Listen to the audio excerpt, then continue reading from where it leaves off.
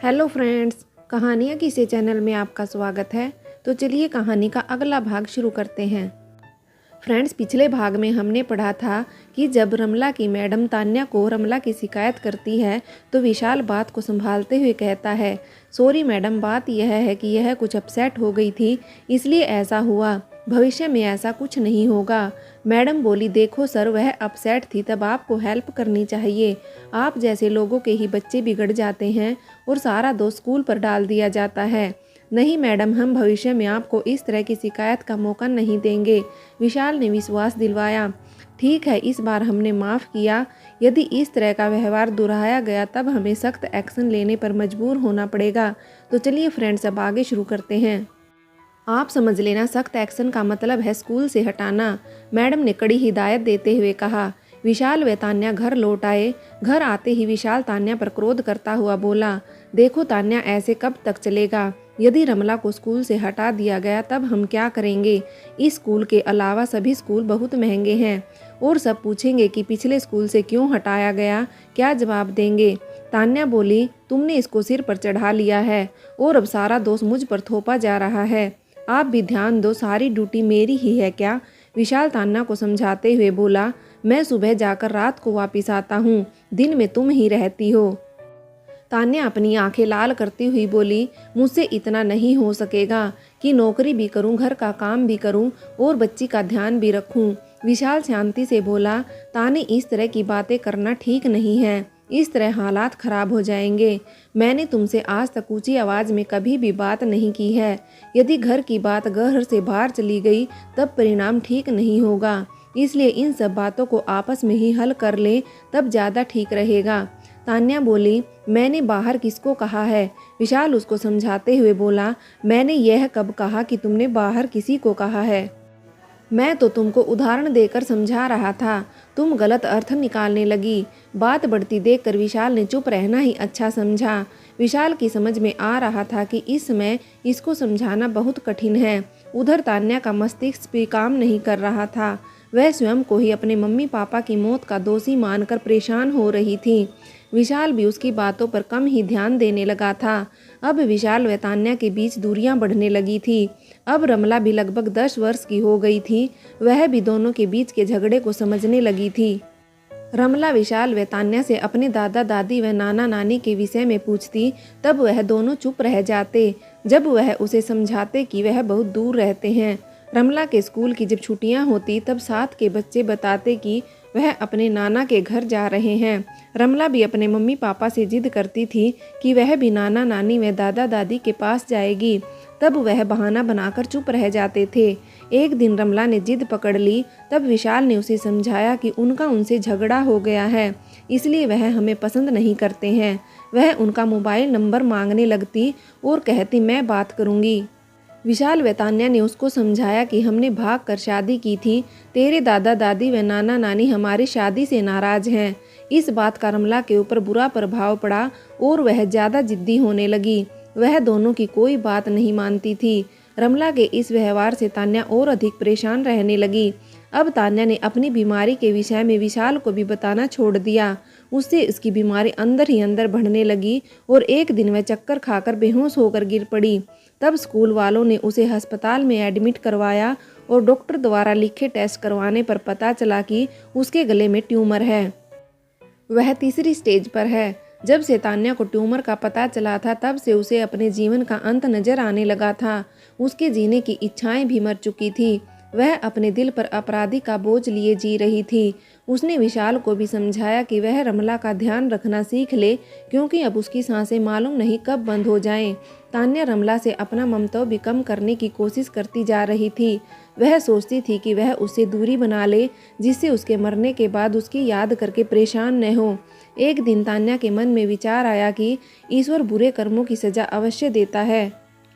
उसने अपने mummy papa के साथ जो अपराध किया था, यह उसका ही प्रतिफल है जो उसे भोगना होगा।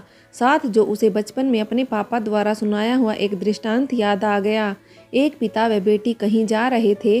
रास्ते में एक नदी पार करनी थी। नदी में पानी बहुत था। पिता बेटी से बोला, बेटी तू मेरा हाथ पकड़ ले। बेटी बोली, नहीं पापा, आप मेरा हाथ पकड़ लो। पिता बोला, बेटी तूने मेरा हाथ पकड़ा, या मैंने तेरा हाथ पकड़ा, इससे क्या फ़र्क पड़ेगा? बेटी तपाक से बोली, पापा बहुत फ़र्क पड़ेगा। मैं किसी परिस्थिति में आपका हाथ छोड़कर अलग हो सकती हूँ, परंतु एक बाप अपनी बेटी का हाथ किसी भी परिस्थिति में नहीं छोड़ सकता। उसकी आंखों से आंसू बहने लगे और अपनी बेटी को गले लगा लिया। आज तान्या इस बात को याद करके रोने लगी कि मैंने परिस्थितिवश अपने पापा का हाथ छोड़ दिया था। यह बात उसके ऊपर सही लागू हो गई थी। आज उसको अपने पापा का चेहरा याद आ रहा था। उसके कानों में उसके पापा की आवाज़ आ रही थी कि जैसे वह यह कह रहे हों कि तान्या, तूने तो वास्तव में मेरा हाथ छोड़ दिया। तान्या को अपने किए गए अपराध पर बहुत अफसोस हो रहा था, परंतु अब उसमें के बस में कुछ भी नहीं रहा था। अब केवल अफसोस करने के अलावा कोई उपाय भी नहीं था। यदि आज वह जीवित होते तो उनके पैर पकड़कर माफ़ी मांग लेती। विशाल ने उसको अच्छे हॉस्पिटल में दिखाने की कोशिश की, लेकिन तान्या मना कर देती। तान्या विशाल को समझाते हुए बोली, विशाल, अब मेरे ऊपर पैसा खर्च करने का कोई लाभ नहीं है। इसको बचा कर रखो, जिसे भविष्य में काम आएगा। इस पर विशाल बोला, तानी कैसी बात करती हो? ऊपर वाले पर भी कुछ विश्वास करो। तान्या हंसती हुई बोली, ऊपर वाला तो अपने हिसाब से सही कर रहा है। उसकी लाठी से कोई नहीं बच सकता है। वह हमें हमारे कर्मों की सजा ही तो दे रहा है। विशाल उसको समझाने की कोशिश कर रहा था, परंतु जैसा ईश्वर को मंजूर होता है उसी तरह की बुद्धि भी बन जाती है। ऐसा ही तान्या के साथ हो रहा था। उसकी समझ में अब कुछ नहीं आता था। एक दिन तान्या विशाल से बोली, विशाल, अब तो कुछ दिन की ही बात है, मुझसे आपका पीछा छूट जाएगा। मैंने तुम्हें कभी भी सुख नहीं दिया, बल्कि जब से आई हूँ परेशानी ही दी है। अब कोई अच्छी सी लड़की देखकर शादी कर लेना। विशाल आंखें लाल करके बोला, क्या पागलपन जैसी बातें कर रही हो? मैंने कभी शिकायत की है? नहीं, शिकायत तो नहीं की, फिर भी दिल में तो होता ही है। वैसे भी मैं अब ज़्यादा समय बीमार ही रहती हूँ। तान्या ने उत्तर देते हुए कहा, देखो तान्या, भविष्य में इस तरह की बेवकूफ़ी भरी बातें मत करना। मैंने तुमसे प्यार किया है, कोई सौदा नहीं किया। मुझे तुम आज भी उतनी ही अच्छी लगती हो जैसी पहले लगती थी। विशाल उसको समझाते हुए बोला, ठीक है बाबा, कान पकड़ती हूँ, आगे से कुछ नहीं बोलूँगी। तान्या ने जवाब दिया। कुछ समय बाद तान्या की तबीयत अधिक खराब हो गई। विशाल उसको लेकर अस्पताल गया। डॉक्टर ने तुरंत ऑपरेशन के लिए बोला, लेकिन तान्या ने विशाल को साफ मना कर दिया और दवाई लेकर वापस आ गई। तान्या अब बहुत जिद्दी हो गई थी। विशाल को डॉक्टर ने अकेले में समझा दिया कि इस बीमारी का कोई इलाज नहीं है, ईश्वर पर छोड़ दो। विशाल उसकी हर इच्छा पूरी करने की कोशिश करता था। वह जो कुछ खाने की इच्छा करती वही लाकर देता था। उसने उसकी सेवा के लिए एक नौकरानी भी रख ली थी। तान्या के मस्तिष्क से अपने मम्मी पापा की तस्वीर ही नहीं निकलती थी। उनको उनकी परछाई नजर आती थी, जैसे वह कह रहे हैं कि तान्या, तूने बहुत बुरा किया है। अब तान्या केवल तरल पदार्थ ही खा सकती थी, क्योंकि उसका गला बहुत खराब था। विशाल ने अपने ऑफिस से कुछ दिनों की छुट्टी ले ली थी और एक दिन तान्या विशाल व रमला को छोड़कर अपने मम्मी पापा के पास चली गई। उसका शरीर यहाँ रह गया। आज विशाल रमला को अपनी गोद में लेकर खूब रोया। ईश्वर की इच्छा के सामने किसी की नहीं चलती है। विशाल ने तान्या का अंतिम संस्कार सनातन धर्म की विधि से किया। अब उसको रमला की देखभाल करने में बहुत परेशानी आ रही थी, क्योंकि उसकी प्राइवेट नौकरी थी। उसकी नौकरी में वर्किंग का कोई निश्चित समय नहीं था। इस कारण वह ज़्यादा परेशान था। स्कूल के बाद वह किसके पास रहे? पास में कोई जानकार भी नहीं था वह जिससे सहायता ले सके। विशाल ने ऐसे संकट के समय अपने मम्मी पापा से सहायता लेने की सोची और उसने एक दिन अपने घर फ़ोन किया। जब उसके पापा के पास अनजान नंबर से कॉल आई, तब उन्होंने फ़ोन को अटेंड करते हुए पूछा, हेलो, कौन बोल रहा है? विशाल बोला, हेलो पापा, पैरी पड़ता हूँ, मैं विशाल बोल रहा हूँ। उसके पापा ने पूछा, कौन विशाल? मैं तो किसी विशाल को नहीं जानता हूँ, और उन्होंने फ़ोन काट दिया। अब विशाल ने दोबारा फ़ोन किया, घंटी बजती रही, लेकिन उसके पापा ने फ़ोन अटेंड नहीं किया। विशाल सब समझ रहा था कि उसके पापा सब कुछ जानते हुए अनजान बनने का ढोंग कर रहे हैं। वह अभी तक उससे नाराज़ हैं। विशाल सोच रहा था कि जिसके लिए मैं अपना सब कुछ पल भर में छोड़ कर आ गया था, आज वह ही मुझे छोड़कर इस दुनिया से दूर चली गई। वह सोच रहा था कि अब उसकी इस निशानी को कैसे संभाल कर रखूं। इतने बड़े शहर में बिना पैसे के कौन पूछेगा, और पैसा काम करके ही कमाया जाता है। रमला को किसके पास छोड़कर नौकरी पर जाया जाएगा? वह जिस दोस्त के पास आया था वह भी अब यहाँ से दिल्ली वापस चला गया था। उसका इतने बड़े शहर में और कोई सगा संबंधी भी नहीं था जिससे सहायता ले सकता था।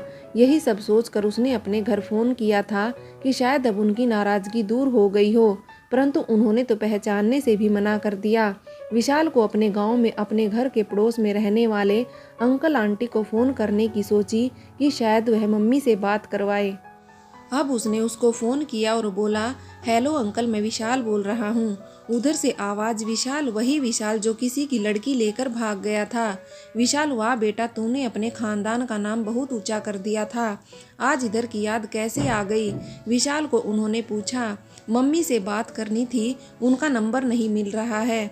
2-3 दिन से ट्राई कर रहा हूँ, विशाल ने झूठ बोलते हुए कहा। वह बोले, कोई बात नहीं, अभी उनको बुलवाकर बात करवा दूंगा, 20 मिनट बाद दोबारा कर लेना। कुछ समय बाद विशाल ने फिर बात की। हेलो माँ, मैं विशाल बोल रहा हूँ, आप कैसी हो? उसकी मम्मी नाराज होती हुई बोली, आज तुझे मेरी याद कैसे आ गई? तूने तो हमें जीते जी मार डाला। मुझे मालूम होता कि तू ऐसा करेगा तो मैं तुझे पैदा होते ही मार देती। विशाल चुप होकर सुन रहा था। वह बोले ही जा रही थी, तूने जैसा किया था वैसा हमारे कुल में किसी ने नहीं किया। तुझे इसीलिए पढ़ा लिखा कर बड़ा किया था कि पूरे परिवार को कलंकित करके भाग जाएगा, और आज इतना समय बीतने के बाद याद आई है। अब तुझे क्या चाहिए? माँ, मुझे कुछ भी नहीं चाहिए, विशाल ने उत्तर दिया। तू झूठ क्यों बोलता है? लालच के बिना कौन फोन करेगा? तेरे मन में क्या चल रहा है मैं सब समझती हूँ। वह बोली, नहीं माँ, मैं सच कह रहा हूँ, मुझे कुछ नहीं चाहिए। विशाल बोला, देख, मैं तुझे आज कह रही हूँ, अब यहाँ कभी फ़ोन मत करना। यदि उनको मालूम हो गया कि मैंने तुझसे बात की है तो मेरा जीना मुश्किल हो जाएगा। तेरे बाप ने तुझे उसी दिन मरा हुआ घोषित कर दिया था और मुझसे कसम ले ली थी कि भविष्य में तेरे साथ कोई संबंध नहीं रखूंगी। यह विशाल को समझाते हुए बोली। अब विशाल की समझ में आ गया था कि यहाँ कुछ भी हेल्प नहीं मिलने वाली है, क्योंकि उसकी माँ ने तान्या की कुशलता भी नहीं पूछी थी। उन्होंने उसको सीधी चेतावनी ही दे दी थी। विशाल की समझ में कुछ भी नहीं आ रहा था कि अब उसे क्या करना चाहिए। विशाल के साथ ऑफिस में काम करने वाले साथी ने उसे दूसरी शादी करने की सलाह दी। दूसरी शादी के लिए कोई ऐसी लड़की भी चाहिए जो रमला को स्वीकार कर सकती हो। यह बात विशाल ने अपने साथ काम करने वाले साथी को बताई। उसकी बात सुनकर उसका साथी बोला, विशाल, ऐसी एक लड़की को मैं जानता हूँ जिसे उसके पहले पति ने तलाक दे दी है। फ्रेंड्स, आगे की कहानी के लिए कहानी का भाग 4 देखें।